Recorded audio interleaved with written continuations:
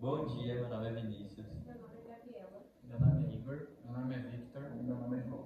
E hoje nós vamos apresentar sobre os fractais.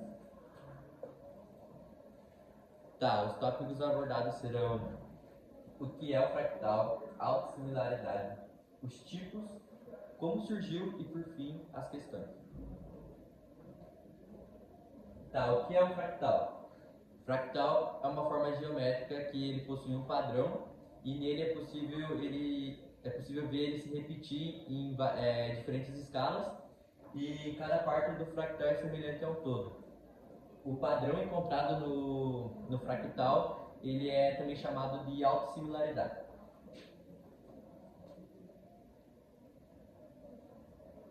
Bom, como o Vinícius disse, os fractais eles possuem uma propriedade chamada autossimilaridade, que é uma ideia antiga e uma geometria simples, que resumindo, o objeto ele possui autossemelhança e é apresentado independente da forma que ele é apresentado. Por exemplo, uma flor. Não importa o jeito que eu olho ela vai continuar tendo os mesmos traços, a mesma semelhança. Eu vou falar sobre os tipos de fractais e nós temos dois exemplos, que são os geométricos e os aleatórios. Os geométricos são aqueles que são uma construção matemática, como um triângulo de Sirpins, e os geométricos são os aleatórios são aqueles que são formados a partir de, por exemplo, movimentos de partículas e que originam formas naturais. Os fractais estão presentes na natureza, como ramificações das árvores, blocos de gelos, e também no nosso corpo humano, como vácuos dos nossos pulmões e dos nossos vasos sanguíneos. Aqui estão alguns exemplos. O brócolis romano é uma forma aleatória. O triângulo de Sirpins é um geométrico. Um kiwi aleatório. Ok, agora eu vou falar sobre a origem da geometria fractal. Ela surgiu em 1976 pelo polonês Benoit Mandelbrot.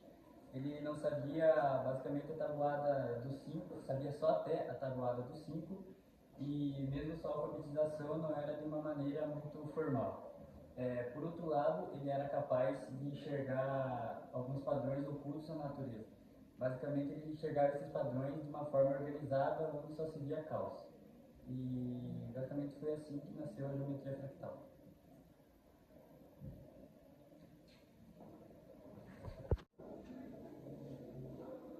Bom, e agora eu vou explicar as nossas questões. Questão 1. Um fractal é uma figura geométrica que possui uma propriedade específica. Qual dessas alternativas abaixo descreve corretamente essa propriedade? Alternativa A. Possui um número finito de lados. Alternativa B. Pode ser desenhado em um plano tridimensional. Alternativa C. Apresenta uma estrutura que se repete em diferentes escalas. E alternativa D. É composto apenas por formas regulares. Bom, e agora a gente vai pegar dois participantes para resolverem essas questões. Bom, como o Vinícius tinha explicado, eu acho que é a questão C, que apresenta uma estrutura que se repete em diferentes escalas. Eu também acho que é a mesma coisa, porque como a explicação do Vinícius ficou boa de entender, é só essa resposta. Bom, e agora eu vou resolver a questão. Eu vou começar fazendo por eliminatório, ou seja, eu vou falar porque as outras três estão erradas e deixar somente a alternativa certa. Alternativa A, possui um número finito de lados. No fractal, ele possui um número infinito de lados, como ele falou, como foi explicado. Alternativa B, pode ser desenhado em plano tridimensional. Alguns fractais eles até são em planos tridimensionais, mas a sua grande maioria é bidimensional, ou seja, somente em duas dimensões. Alternativa D, é composto apenas por formas regulares. Como a Gabriela explicou, tem fractal que possui forma aleatória, então ela não é uma forma regular. Então só sobra a nossa alternativa C, apresenta uma estrutura que se repete em diferentes escalas.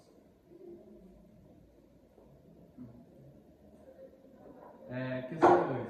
Qual das seguintes figuras é um exemplo clássico de fractal? Alternativa A, quadrado. Alternativa B, triângulo Sierpinski. Alternativa C, pentágono retangular. E alternativa D, círculo.